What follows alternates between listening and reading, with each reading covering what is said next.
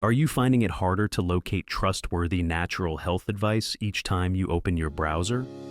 Welcome to Dr. Mercola's Cellular Wisdom. Stay informed with quick, easy-to-listen summaries of our latest articles, perfect for when you're on the go. No reading required. Subscribe for free at mercola.com for the latest health insights.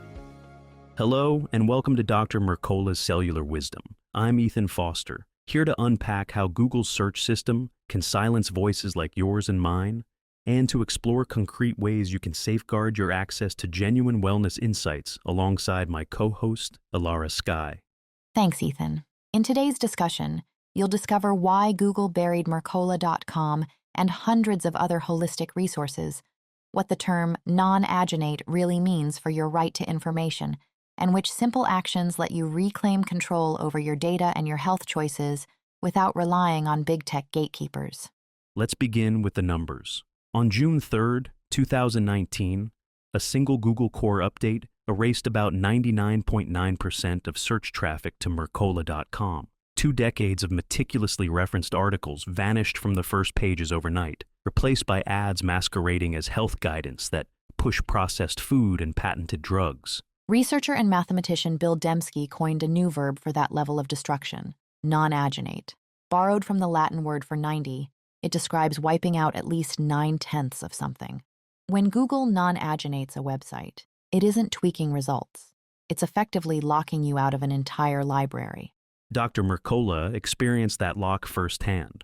For years, his site ranked high because people like you clicked, read, and shared. After the update, you had to sift through pages of glossy pharmaceutical content before seeing a single Mercola article, if it appeared at all. That disappearance wasn't accidental. Holistic clinics, nutrition researchers, and independent authors faced the same fate.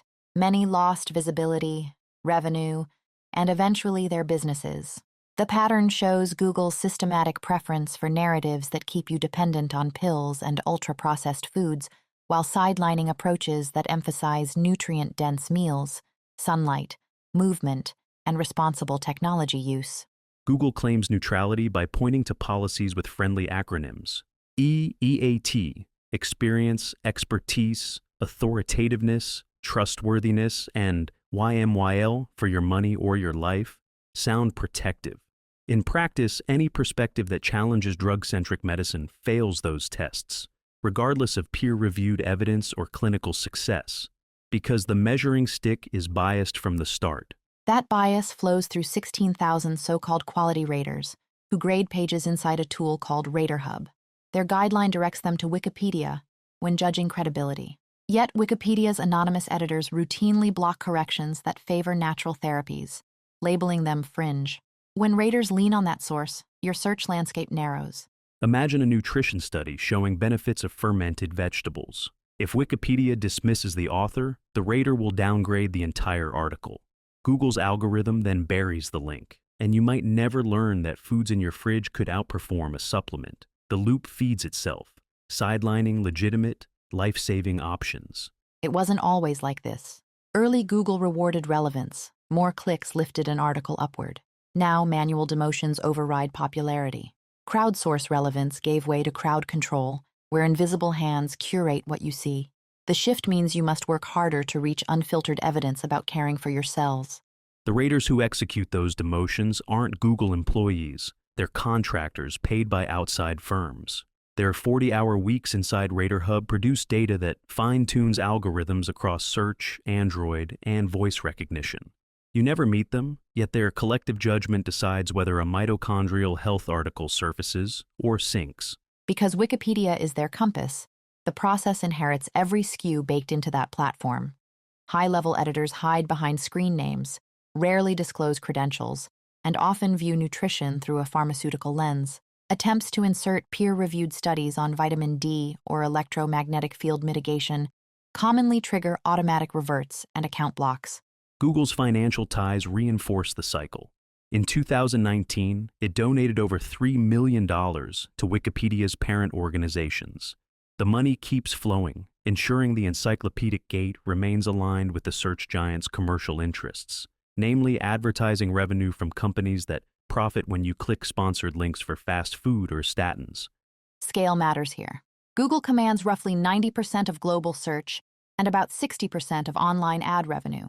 Its reach extends through Chrome, Android, YouTube, Maps, and countless background services that harvest every search term, location ping, and keystroke to build a profile more detailed than your diary. That profile fuels DeepMind, Google's artificial intelligence arm, with thousands of researchers parsing patterns in human behavior. While AI can accelerate breakthroughs, the same technology can micro-target ads, sway opinion, or power autonomous systems whose goals don't align with yours. Privacy isn't an abstract ideal. It's direct control over your future. The convenience of instant directions or free email seems harmless until you realize those perks cost you autonomy. Each time you open a Google app, you trade another piece of personal data. Over months, that stream becomes a reservoir corporations and governments can dip into without your explicit consent. So, what can you do today? Start by swapping your browser. Remove Google Chrome and install Brave or Opera, which block trackers by default. Next, change your default search engine to privacy-respecting options like DuckDuckGo, Start Page, Pre-Search, or Qwant, so your queries aren't logged and resold. Secure your communication by closing Gmail and opening a free ProtonMail account. When you collaborate on documents, choose platforms such as Zoho Office, CryptPad, or OnlyOffice instead of Google Docs. These switches take minutes and instantly reduce the data siphoned from your daily tasks. Look at your phone. If it runs Android, consider a de-Googled handset from vendors that strip proprietary services. Delete pre-installed Google apps you don't need, and skip hardware like Nest thermostats or Pixel tablets that constantly listen or watch. Physical devices are often the biggest leaks in your privacy shield. While you browse, avoid sites that rely on Google Analytics. Many privacy policies list that tool explicitly. Message friends through Signal for end-to-end encryption, and route your internet traffic through a reputable VPN such as NordVPN or StrongVPN to mask location data that could otherwise map your every movement. Inside your home, disconnect smart speakers that default to Google Assistant, and resist the lure of Fitbit wearables, now owned by Google, that funnel heartbeat, sleep patterns, and workout history back to the same servers. Even Apple's Siri often forwards requests to Google, so turning it off strengthens your defense. None of these changes require technical expertise. They require intention. By choosing platforms that respect you, you preserve the freedom to explore dietary strategies, sunlight exposure, mitochondrial support, and other foundational practices without corporate filters. Your curiosity stays yours, and genuine cellular wisdom remains within reach.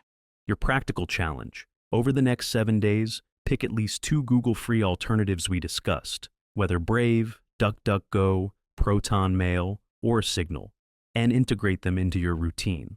Notice how quickly you adapt and how empowered you feel, knowing your clicks serve your health instead of a data broker's bottom line. Thank you for watching Dr. Mercola's Cellular Wisdom. We'll see you on the next episode.